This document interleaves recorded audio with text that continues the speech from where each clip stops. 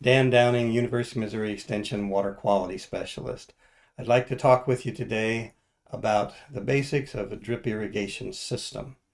So when we get into this, as we move into this, we need to make a couple of assumptions. Those assumptions are that this is going to be used with a small scale commercial operation or a large backyard garden. We also need to make some assumptions about your water supply. We have to assume that you have a good, clean water supply, such as a private well or a public water supply, that can supply you with about 8 gallons per minute of flow at pressures somewhere between 20 and about 50 pounds per square inch. There are some ways to compensate for that a little bit, and we will talk about those as we go through the hardware that I have laid out here in front of me. And at this point, I back up just a step and say we are real advocates for using some of the kits that are put together by the distributors, because this way most of your parts are already pre-matched to each other. If you start mixing from one brand of component to another brand of component, from one size to another size, it's very easy to get overwhelmed, especially if you're at a big box store or one of the stores that has several options. So with that, let's jump into the hardware.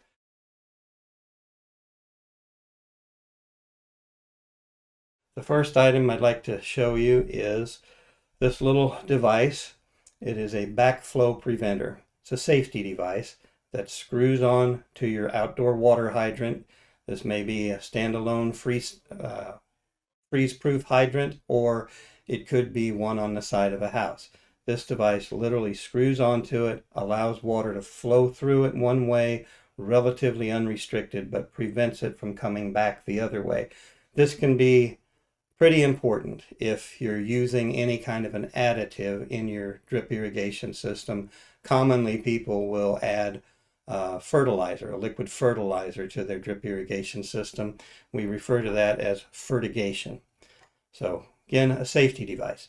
The next item that I would highlight to you is an adapter. This particular adapter has pipe thread on one side and garden hose thread on the other side, complete with the rubber washer in here to make sure that it doesn't leak and that you don't have any pressure loss. So next device in the system to get the water where you want it.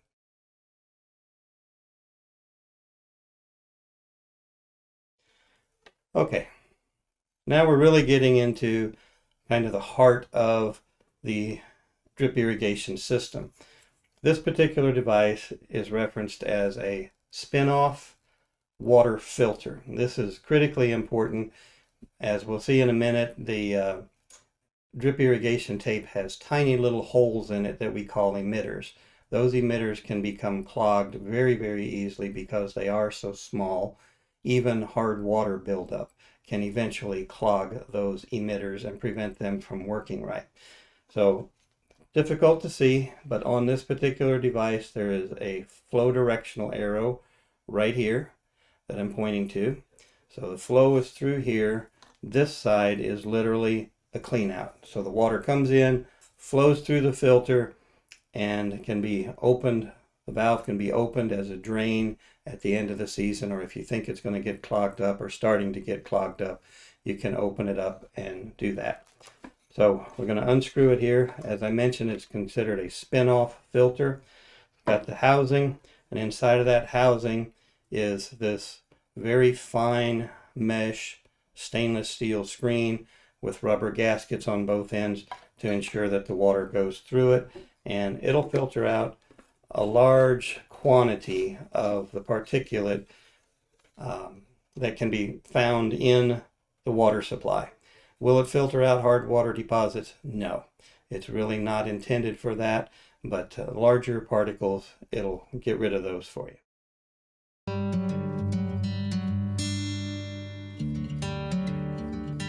As we come down through our distribution system, many people would refer to this as a header line or as a manifold, the major piece of plumbing here with the additional devices coming off of that. So this particular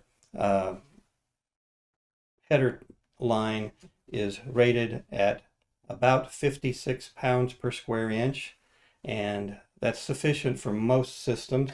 The second header line that some people will use is referred to as lay flat header line, and when it's not in use, the water drains out and it lays flat. This is also higher rated. This can withstand pressures around 65 pounds per square inch and is somewhat like a fire hose. It's a braided, stranded material with the rubber coating on the inside and outside. This also takes a little bit different type of a fitting and some special tools to be able to use it. We'll come back to that in just a minute. So again, back to our standard system. We've got 3/4 inch header line, and everything in this particular kit is matched to work with that 3/4 inch header line. Clear on down to this device, which is one of the ways that we can close off the header line. This literally slides on to the end of the header line and is permanently attached that way. No glue, no sealer. It's a compression type fitting, so it holds on and has a screw-on cap that goes on the end of it, so we can take that screw-in cap off whenever we need to drain the system and let the water drain out. Another way to close off the header line is a little bit primitive by comparison, but it works very well. We can literally bend over the end of the header line, kink it tightly so it pinches off the ability for water to flow through it. And as you see, I've just got regular black plastic tape. Go around a couple of times, hold it there, and then cut it off. And we have closed off the header line. Again, very inexpensive, easy way to do this, as opposed to buying the cap to go on the end of the header line. We can do the same thing with our drip lines when we get there. So going on through the progression here, the next item that we'll do is show you how to install a valve in the header line. Here we've got a valve installed, shut-off capabilities. Over here is just a connector without shut-off capabilities. So to install the valve in the system, we have another little tool. Every manufacturer has a little variation. This particular one is almost like a hole saw. We've pre-punched a hole in our manifold over here using our little hole saw. Now we're going to install a shut-off valve for an individual line of drip tape. We take the valve, literally push it into the hole. You guys heard it snap in there. And then we run the jam nut back up against it. It's securely attached. And then we would attach our drip tape over here as we've already done here. As an alternative, if we're using the more, what I think of as a more commercial grade of tubing for our manifold header, we have different fittings. We've pre-punched a hole in this one, and the fitting gets installed a little bit differently. Can be challenging sometimes. Here we've got the advantage of being able to reach inside, but if you've got a 300-foot distribution tape, you have to feed everything in through the hole that you punched in the side of the tape. We've got our piece installed, and then we screw the valve on just like we did on the 3/4 inch line.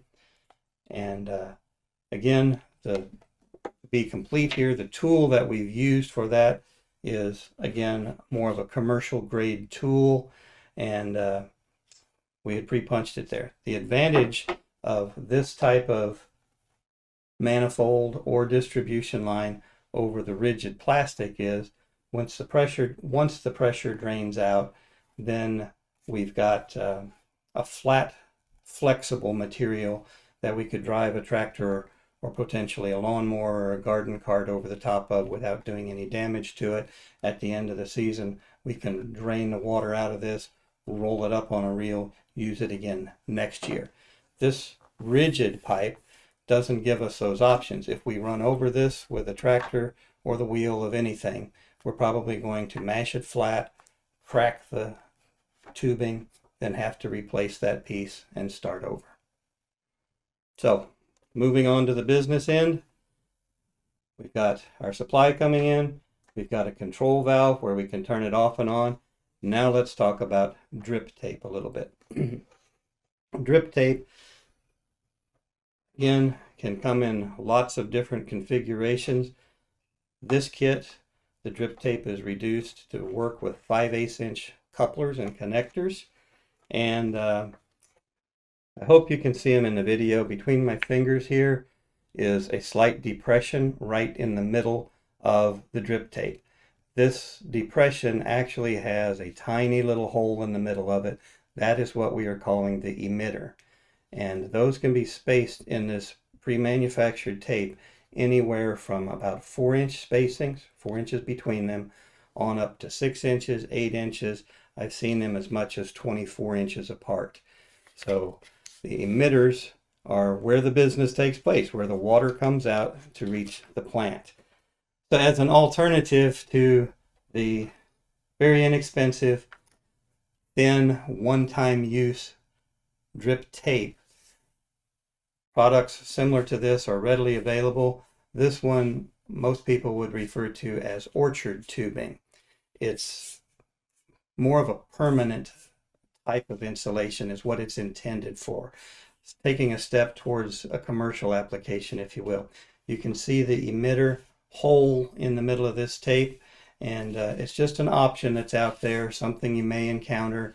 I have seen this in several of the big box stores, and it's pretty readily available.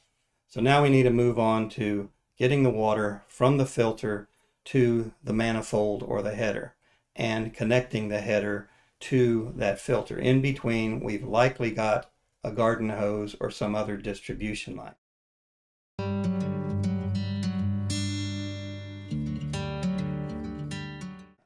So at this point, we need to bring the pressure down. And it's critically important that we do this at the beginning of the manifold or the header, rather than back at the hydrant, because we may be supplying 2 or 3, maybe even 4 beds off of this one supply line. And if we reduce the pressure too far back upstream, we don't have enough supply to power everything that we want to get the right amount of water distribution.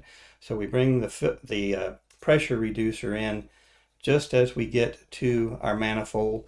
To attach it, again, we have a coupler. It will screw into the manifold, or screw into the pressure reducer, and then we slide the coupler onto our 3/4 inch manifold, and it is securely attached. We have no glue, no adhesive required here. Again, it's a compression type fitting intended as a permanent connection, and we've just transitioned. So we've gone from our filter to our supply line to our pressure reducer placed next to the bed that we're wanting to irrigate, hooked it on to the 3/4 inch supply line. We've installed a goof plug where we punched a hole in the line that we didn't intend to initially, and we've got that installed and blocked that off. Now we're ready to turn on the water and move on.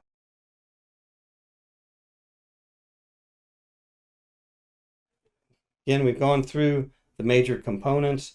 The last piece that we have to do before we can turn the system on and see if we've accomplished what we want to is to close off the emitter tape. We can do this the same way that we did the 3/4 inch header line. We can kink it. Typically, when we do it this way, we'll do a zigzag where we fold it over multiple times to make sure we have at least 2 places that it's kinked. We can wrap our good quality black plastic tape around it, again, to hold those kinks tight. Wrap it a couple of times and then cut the tape off, and we've closed off the end of the drip tape.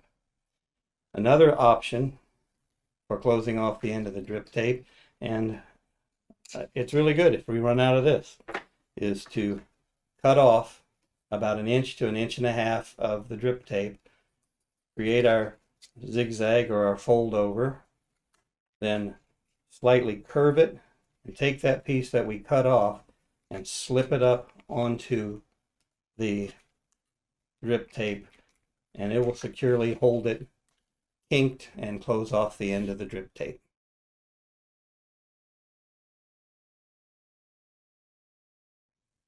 So one thing that I overlooked so far in the presentation was hooking up the drip tape to our valve or to our shutoff valve. Again, pretty simple, kind of a plug and play, if you will. We slide the drip tape up onto the fitting, screw the jam nut over it, and now it's securely attached. So there you have it.